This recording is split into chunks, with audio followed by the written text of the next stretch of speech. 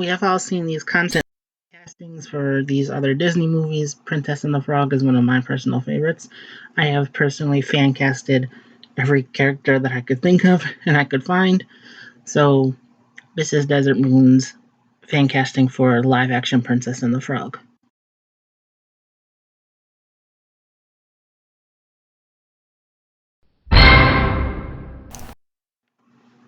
Big Daddy was one of my favorite characters. So funny and so amusing. And the casting? Amazing. And honestly, nobody else can play this role but John Goodman. If the, I don't know, I see no reason for some of these voice actors to not be able to play their cartoon characters in a live action remake. I'm just saying.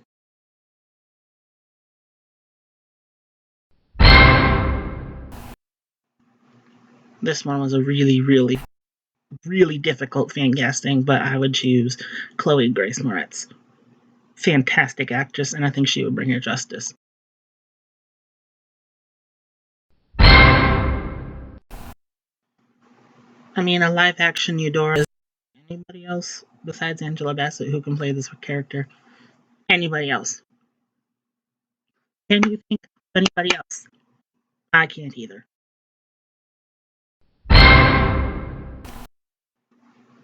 Now, this one was also kind of different. I've seen some interesting fan castings, but my choice would be Dion Cole. I have not. I'm sorry if I butchered his name. I have not seen any of Blackish, but I've seen some episodes of Grownish, and I thought he was absolutely a standout character. He would be great to play James.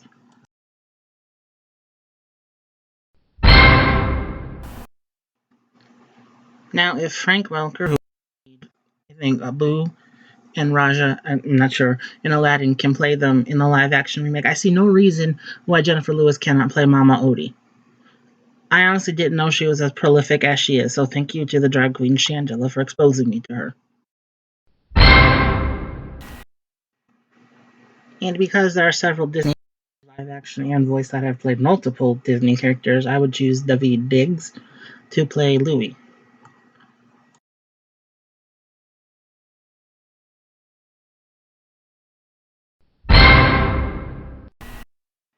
This this one was really hard to cast. Choose Chadwick just because he's very good at speaking with different accents and voices and all of that. I was stunned when I watched Black Panther. Fan casting these two assholes was from my language. Fan casting these two was really hard, and at the end, I chose Christoph Waltz and Oscar-nominated Jonah Hill.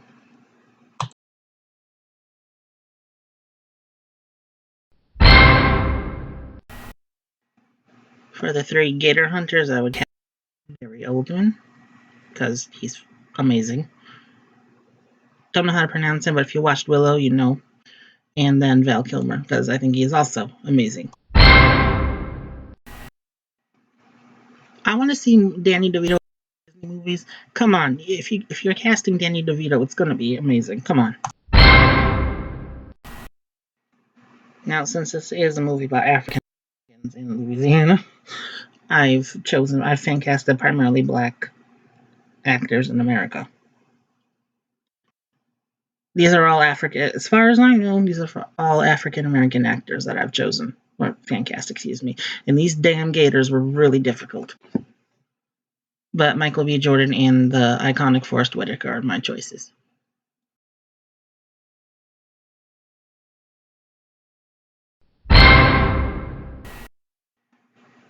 Scooby-Doo, both live action and cartoon. Frank Welker could possibly be the best voice actor of all time. This fan casting was so much fun, so I hope you all enjoy it. My doctor would be Kaylin Allen.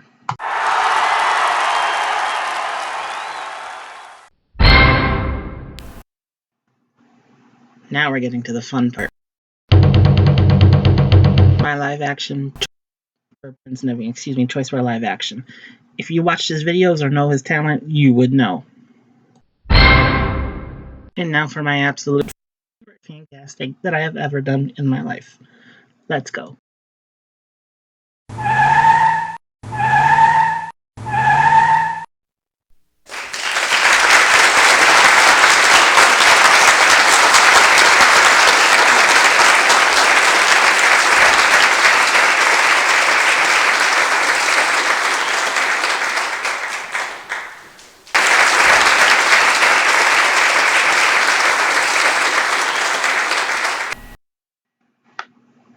You cannot tell me that Normani is not the best choice to play live action Tiana. You just can't. Originally, I wanted Jordan Fisher to play Prince Eric, but then I got over it. But when I watched Princess and the Frog for the first time and then Jordan on Dancing with the Stars, I said, what was I thinking? He has to be Naveen to Normani's Tiana. You can't tell me that the dancing and the music wouldn't be absolutely amazing. I think she deserves this opportunity. Her musical career has been a lot of drama.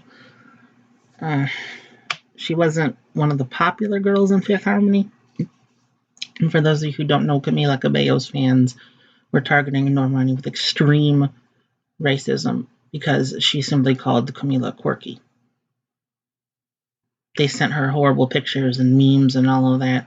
Her career's had a lot of drama. So I just think she deserves the world, period. Normani does not deserve this. She is one of the nicest and most talented people in the industry today. And I think this would take her career to new heights, honestly. Art Vibe on Instagram, handle above Tiana Corday's shoulder. Incredible works of art from this person. They've done edits of Normani. See, I said edits of Normani. Edits of Jasmine, of Snow White, of Pocahontas, of Mulan, and they're all fantastic. But Tiana Corday Hamilton is my favorite. You guys like the nickname? Anyway, thank you guys for watching. Full credit goes to Art Vibe on Instagram, and I appreciate being given permission to make this video. This is going to be fun. Now, soundtrack for the live-action remake of Princess and the Frog. Well, he knows music, and if you're going to be a part of a movie like Princess and the Frog, you should know music. Incredible. Pay attention to the text effects, and please check out his channel. Self-explanatory, should have a hand in the soundtrack. Whenever Keke Palmer does a soundtrack, she makes a bum-ass track, and it's always amazing. She did it for Jumpin', and she did it for Night at the Museum, so she should do it for Tiana. Lil Mama deserves the opportunity to do a massive project like a live-action Tiana movie. I mean, TLC, best girl of all time, come on. I don't know where, I don't understand how it would happen, but get Chloe and Ariel Bailey involved. They write, produce, and record badass material for their own career. Shalea, how do you Shalea? She is one of the greatest singers of all time. I don't know if she writes or produces, I don't know much about her, but her voice. Watch an episode of The Terrell Show to see these next three guest artists for live action Princess and the Frog soundtrack. Kim Cruz, winner of Races on Girl Crisis YouTube channel. She wrote for An Invitation to the Cookout and sang, obviously. And she was. I never heard a voice like hers. Durand is one of my absolute favorite male singers I've ever heard in my life. His episodes of the Terrell Show,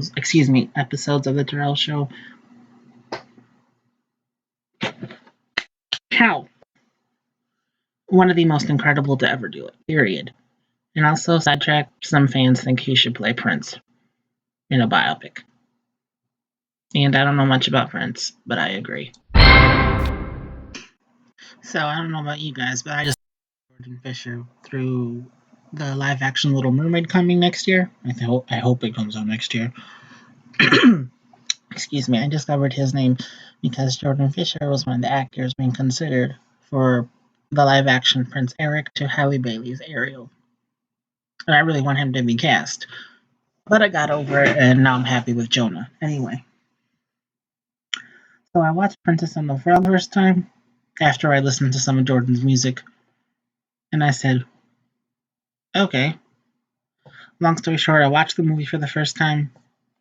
I got into Jordan's music and I watched some of his Dancing with the Stars performances. And I said, if this man was not born to play Prince Naveen, who the hell was? I mean, I even think he looks like him a little bit. Plus, Naveen's country, even his accent, everything about Naveen is completely 100% fictional about where he's from. The only real life, if you can even call it, real life feature of Naveen is his name, Naveen, which is Indian. That's it. I mean, Jordan would be a better Naveen than Eric. And I'm embarrassed I even wanted Jordan to play Eric. But, I learned. So I hope he would consider playing Naveen. Alright, now I'm really going to shut the hell up. I was just going to do a fan casting for Princess and the Frog. Then I decided to include my own little, not fan cast, but fan soundtrack idea. And that added a good, I want to say, 2 to 3, maybe even 4 extra minutes. I didn't know my video was going to be this long, so I'm sorry. If you're still here, thank you for watching, and I hope you enjoyed.